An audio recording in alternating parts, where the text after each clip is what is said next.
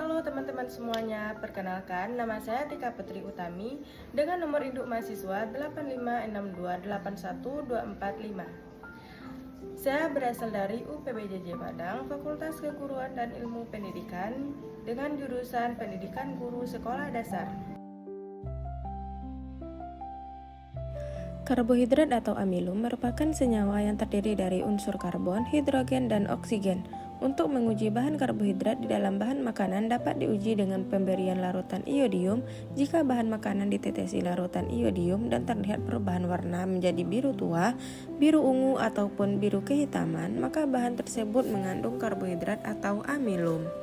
Alat dan bahan yang saya gunakan, yang pertama ada alat tulis, tabel pengamatan, piring sebagai wadah, ada pipet, larutan iodium, dan juga 10 bahan makanan yang terdiri dari pisang, roti, nasi, bir, dan juga kentang, gula pasir, tepung sagu, margarin, tahu putih, dan telur rebus.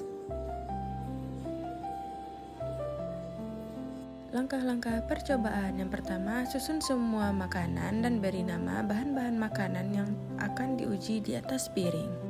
Dan tetesi satu persatu bahan makanan dengan 2-3 tetes larutan iodium. Perhatikan dan catat perubahan warna pada bagian makanan yang ditetesi larutan iodium. Catatlah bahan yang diuji manakah yang menunjukkan warna ungu sampai biru setelah ditetesi larutan iodium. Lalu catat semua hasil pengamatan ke dalam lembar kerja dan buatlah kesimpulan tentang zat-zat manakah yang mengandung amilum.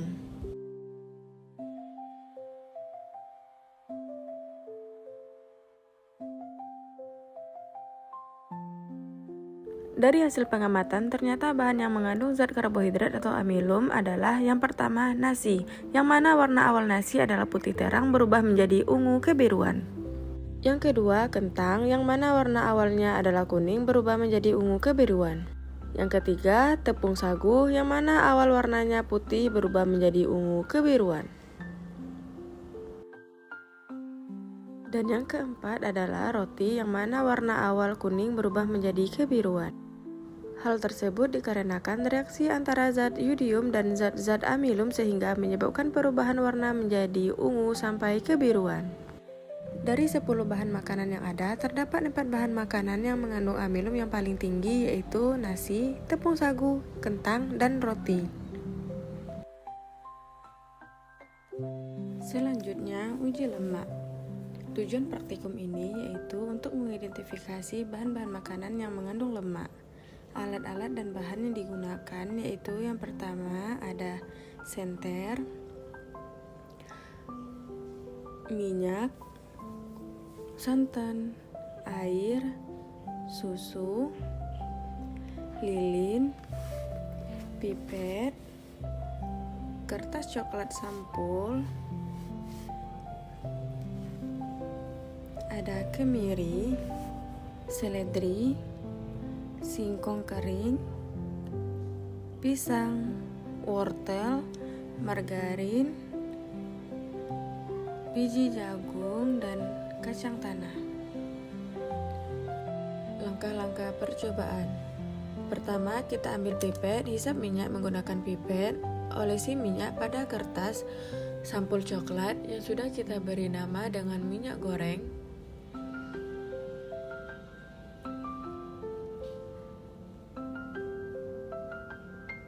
Yang kedua, kita ambil pipet yang lain, hisap air menggunakan pipet, olesi air pada kertas sampul coklat yang sudah kita beri nama air.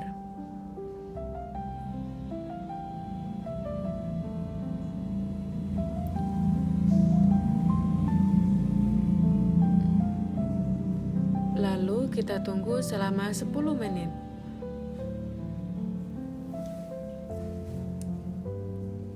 Setelah 10 menit, kita akan memeriksa kedua kertas tersebut mana yang mengandung lemak.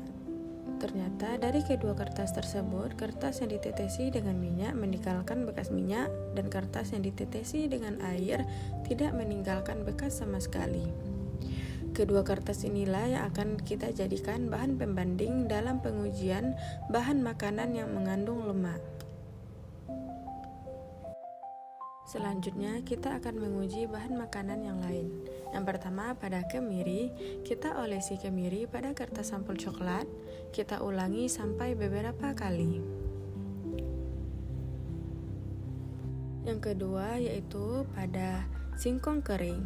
Kita olesi singkong kering pada kertas sampul coklat sampai beberapa kali. Selanjutnya, kita lelehkan margarin menggunakan api pada lilin.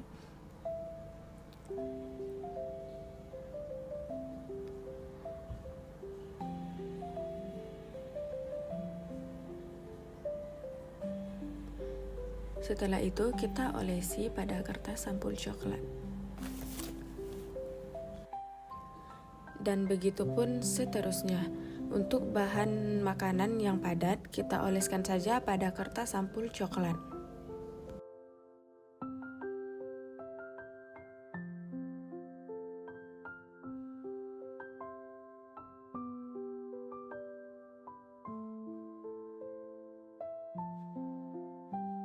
Sedangkan untuk bahan makanan yang bersifat cair, kita teteskan menggunakan pipet pada kertas sampul yang berwarna coklat.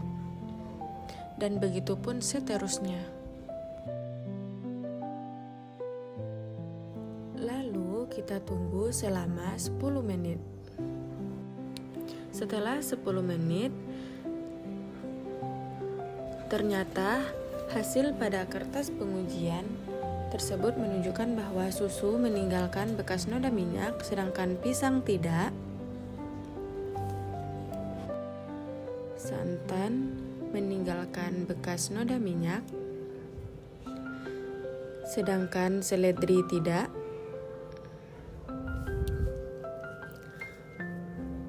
Kemiri meninggalkan bekas noda minyak,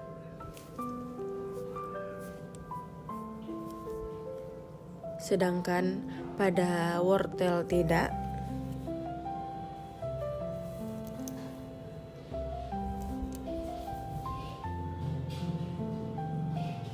Lalu pada margarin juga meninggalkan bekas noda minyak, sedangkan pada singkong tidak.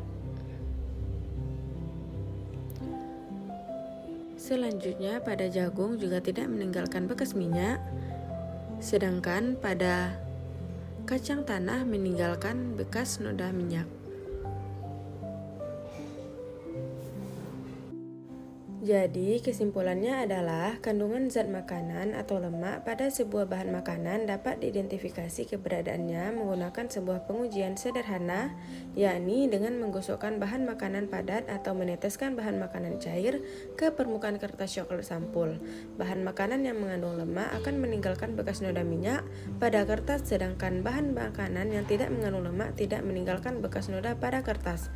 Berdasarkan hasil pengujian tersebut, kemiri, margarin, kacang tanah, santan, susu merupakan bahan makanan yang mengandung lemak.